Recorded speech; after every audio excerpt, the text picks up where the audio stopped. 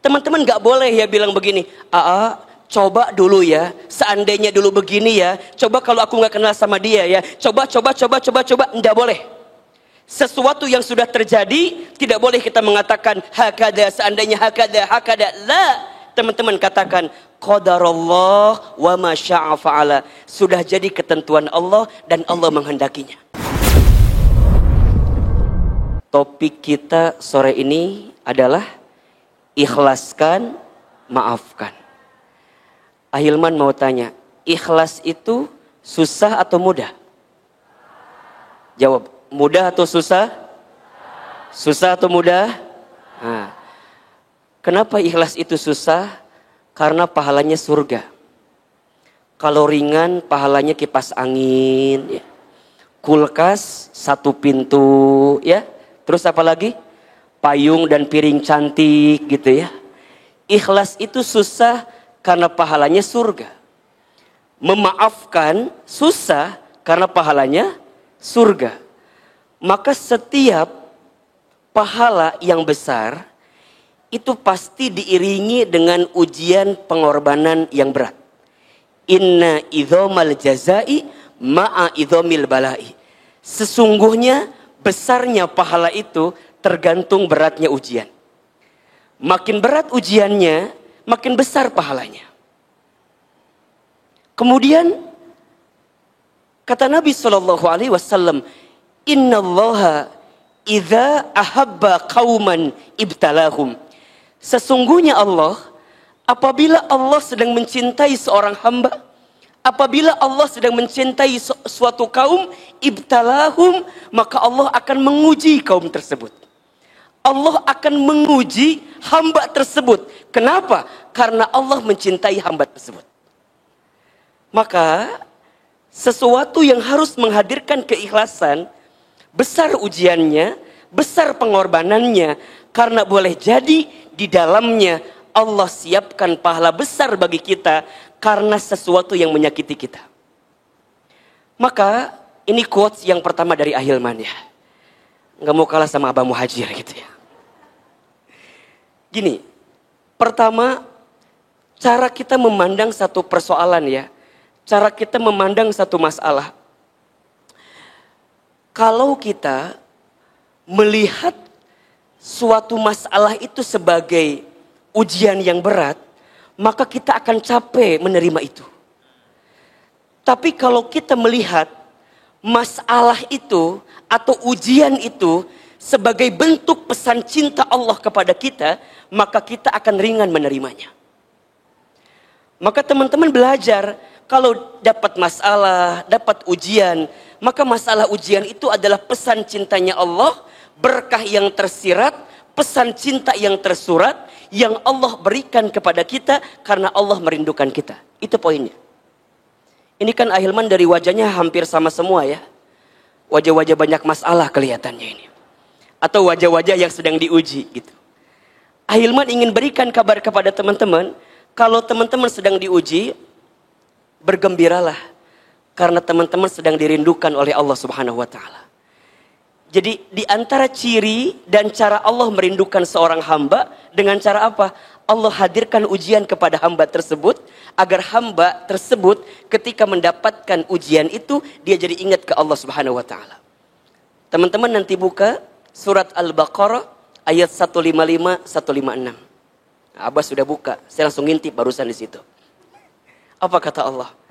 وَلَنَبْلُوَنَّكُمْ بِشَيْءٍ مِّنَ الْخَوْفِ وَالْجُوعِ وَنَقْصٍ مِّنَ الْأَمْوَالِ وَالْأَنْفُسِ وَالثَّمَرَاتِ وَبَشِّرِ الصَّابِرِينَ. Dan pasti kata Allah, kami akan menguji kamu sekalian bisyai'in, dengan sesuatu yang sedikit saja, dengan sesuatu yang kecil saja. Ini yang jarang kita kupas sebenarnya ya. Teman-teman, kita ini suka ngerasa begini, kalau lagi dapat masalah, seakan masalah-masalah itu berat ya. Padahal sebenarnya dalam pandangan Allah, masalah itu kecil. Ini rumus. Jadi kalau teman-teman dikasih masalah, ingat masalah kita kecil. Tapi nikmat yang Allah berikan besar. Jangan kebalik. Kita mah kadang-kadang sok pinter ngitung masalah dibanding ngitung nikmat. Betul nggak?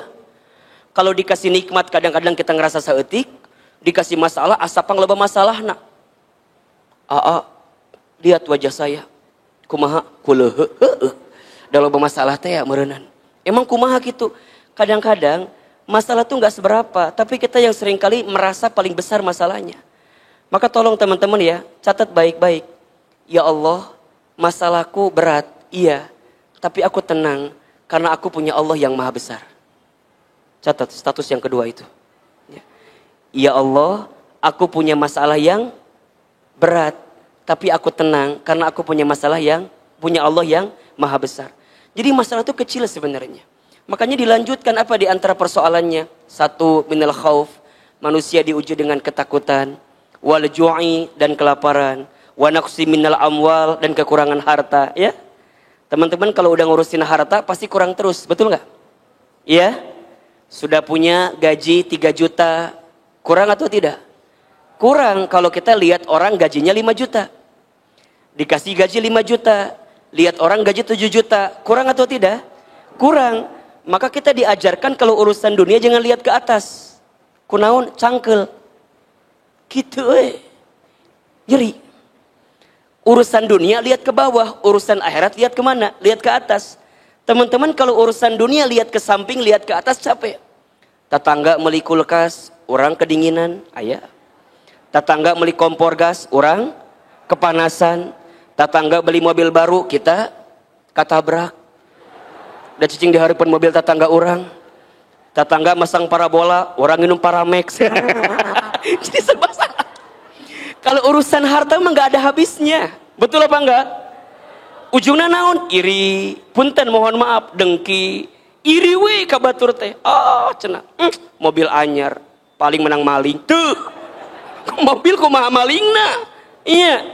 Teman-teman kadang-kadang sok julid ka batur. Nanya, si eta geus nikah padahal beungeutna teh sakumaha. Da perasaan alusan urang beungeutna teh. Nah hanya ulah julid teman-teman, ulah kitu. Eta teh tanda orang iri ka batur. Lebih baik batur jore payu dibanding orang keur mah jore teu payu deui. Jadi matakna duh soklah sing buru-buru nikah aminnya. Sayang nih jamaah teman hijrah nih GGM. Ganteng-ganteng mubazir. Sok sarua nih ieu ge sarua GGM. Naon Ahilman? Ganteng-ganteng muhajir. Jadi kadang-kadang ada sifat itu ya, kurang harta gitu. Terus apalagi wal anfus, kegoncangan jiwa, sehat, dikasih ujian sakit ya. Dan kadang-kadang ujian jiwa itu juga datang dari orang-orang terdekat kita. Seorang anak diuji oleh orang tuanya, orang tua diuji oleh anaknya, pasangan diuji oleh pasangannya, termasuk oleh orang-orang yang pernah dekat dengan hati kita. Yang kemudian nanti dia pergi meninggalkan kita. Di situ babnya nanti. Sampai wasamarot, ada harapan yang tak kunjung jadi kenyataan. Apa kata Allah? Kalau kalian diberikan ujian-ujian itu, maka tolong catat. Wabashir, kalian itu lagi dikasih kabar gembira sama Allah.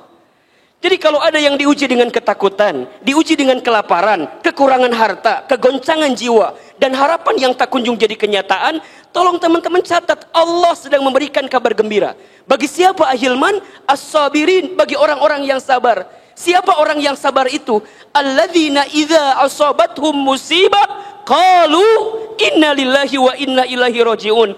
Orang yang sabar itu, yang ketika ditimpa musibah, dia hanya mengatakan, semua datang dari Allah dan akan kembali kepada Allah. Semua milik Allah dan akan kembali kepada Allah. Itulah ikhlas. Jadi ikhlas itu apa Ahilman? Ikhlas itu saat kita berharap bersandar kepada Allah dalam setiap urusan kita. Maka kalau sekarang teman-teman belum ikhlas, apa jawabannya? Coba Ahilman tanya. Kalau kita belum ikhlas, berarti apa jawabannya? Kita masih berharap kepada siapa? Kepada manusia. Berarti kita masih belum berharap kepada Allah seutuhnya. Kita masih berharap kepada manusia. Teman-teman, ada orang yang pernah dekat dengan diri kita. Pernah ada di hati kita. Kemudian dia pergi meninggalkan kita. Sakit atau tidak? Di mana sakitnya? Di dieu tah. Sakit Ahilman. Kita berharap banyak, berharap besar sama dia, Tapi kemudian dia nggak sesuai ekspektasi kita. Bukan salah dia yang pergi meninggalkan kita. Salahnya kita terlalu berharap kepada dia. Catat. Status hari Rabu itu. Jangan menyalahkan orang yang pergi meninggalkan kita. Jangan. Tapi salahkan kita yang terlalu berharap kepada orang itu. Sehingga ketika dia pergi meninggalkan kita, jadi sakit hati kita. Karena terlalu berharap kepada manusia yang tak pantas jadikan harapan. Seringkali Ahilman sampaikan, berharap kepada manusia itu adalah patah hati yang disengaja. Makin berharap, makin siap patah hati dalam hidup ini. Maka belajarlah untuk mengikhlaskan, kembalikan ke Allah. Ingat ya, ikhlas itu bukan tidak berharap, ikhlas itu berharap. Tapi berharapnya kepada siapa? Kepada Allah. Maka apa nanti cirinya orang yang ikhlas? Dia yakin semua yang terjadi atas skenario Allah. Dan kalaupun Allah mengizinkan orang itu pergi dari hati kita, karena Allah tahu orang itu bukan yang terbaik untuk kita. Allah tahu kamu itu bisa menemukan yang lebih baik daripada dia yang pergi meninggalkanmu. Pertanyaannya, saha Ahilman? Teuing. Ahilman kita apal. Cuman yang jelas ikhlas ini adanya di sini nih. Belajar tadi kata Abah yang pertama apa? Ridho. Menerima. Tarimakan. Memang sudah terjadi. Teman-teman gak boleh ya bilang begini.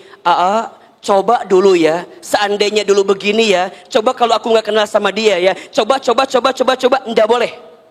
Sesuatu yang sudah terjadi, tidak boleh kita mengatakan hakada, seandainya hakada. La, teman-teman katakan qadarullah wa ma syaa fa'ala. Sudah jadi ketentuan Allah dan Allah menghendakinya. Kadang kita tuh nggak sadar ya, boleh jadi Allah pernah mengizinkan kita untuk mengenal tentang Dia karena Allah sedang mengajarkan kepada kita tentang arti kehilangan dari seseorang yang kita cintai itu. Allah sedang mengajarkan kita bahwa berharap kepada manusia itu nggak enak banget, sakit banget. Kadang-kadang kita tuh butuh ngerasain sakit hati sedikit gitu ya. Kadang-kadang kita harus ngerasain sesuatu yang sakit karena ada pesan gembira yang Allah siapkan untuk kita. Maka kalau sekarang punten ya, teman-teman masih ngungkit, Ustadz coba begini. Aku teh kurang apa ya? Kurang gelis merenan. Yang Ikhwan nanya, aku teh kurang apa ya? Kenapa dia pergi meninggalkan saya? Hiji, kurang duit. Lamun orang sibuk, kalau kita sibuk mencari alasan, capek. Karena akan ada selalu beribu alasan yang menguatkan engkau untuk tidak ikhlas. Itu setan. Jadi kalau teman-teman udah bilang, kenapa ya? Kenapa? Makin sombong kita. Harusnya kan dia tuh mengerti, aku tuh begini. Makin banyak mencari alasan, makin tidak akan bisa ikhlas kita menghadapi setiap ujian. Udah, balikin aja ke Allah. Terima. Jangan pernah menghina keadaan. Karena malam pun tidak pernah menghina takdirnya menjadi gelap. Jangan pernah menghina keadaan. Karena daun pun tidak pernah marah kepada angin yang membuat dia terjatuh dari ranting pohonnya. Jangan minta diulangi deui. Poho deui Ahilman ngomong naon bieu teh. Terimakan aja, terima, ridho. Maka tadi lanjutkan hadisnya. Faman rodiya falahur ridho. Barang siapa yang ridho dengan ketentuan Allah, yang ridho dengan keadaan yang Allah berikan kepada dirinya, falahur ridho. Maka di situ ada keridhaan Allah. Waman sakhito falahus sukhtu. Dan barang siapa yang murka, yang marah, yang benci dengan ketentuan Allah, maka ada kemurkaan Allah di situ. Teman-teman, kalau teman-teman sibuk mencari alasan dari setiap apa yang pergi meninggalkan kita, maka teman-teman tidak akan pernah ikhlas. Mulai hari ini, kalau ingat ya, kalau teman-teman merasa sudah tidak ada lagi pundak manusia yang bisa dijadikan sandaran. Kalau sudah tidak ada lagi telinga manusia yang bisa mendengarkan perasaan hati kita, sudah saatnya tempat bersujud menjadi berbisik terbaik untuk kita bermohon kepada Allah Subhanahu wa taala. Kalau bahasa kita mah ngeus atuh, kembali ke Allah. Back to Allah. Boleh jadi selama ini hidup kita terlalu berharap kepada makhluk kepada manusia sehingga kita dibuat sakit hati dengan keadaan itu. Ikhlas melepaskan, ridho menerima. Maka nanti ada dua istilah ya, ada ridho, ada ikhlas. Apa bedanya? Ridho itu saat menerima, ikhlas itu saat apa? Saat melepas. Makanya ada lagu kan? Apa lagunya? Melepas dengan ikhlas. Lagu saya teteh Lesti apal. jadi gini. Oke, kalau teman-teman dapat sesuatu yang menyakitkan, apa sikapnya? Ridho, terima. Kemudian teman-teman berusaha untuk tegar, apa sikapnya? Ikhlas. Terima keadaannya, ikhlas melepaskan keadaan itu. Ngelepasinnya kemana? Ngelepasinnya ke Allah Subhanahu wa ta'ala. Ya Allah, ternyata orang yang pernah aku berharap kepadanya, kemudian dia pergi meninggalkanku ya Allah. Aku terima keadaan ini dan aku berharap kepadamu ya Allah, berikan pengganti yang lebih baik dari sakit hati yang pernah aku rasakan. Maka apa yang kedua? Maafkan. Maafkan itu kan saat orang menyakiti hati kita, betul apa enggak? Teman-teman berbuat baik sama orang, kan normalnya pengennya orang tuh berbuat baik lagi sama kita, betul apa enggak? Kan orang yang sakit hati tuh begitu tuh. Orang kita udah berbuat baik, tapi orang enggak berbuat baik sama kita. Jadinya apa? Sakit hati, kan gitu ya. Ahilman yakin, teman-teman yang belum bisa ikhlas, kira-kira di antara sebabnya karena itu. Aku teh udah berkorban untuk dia. Aku teh udah ngasih banyak untuk dia. Tapi kemudian dia pergi mencampakkan aku. Kan itu bahasanya gitu.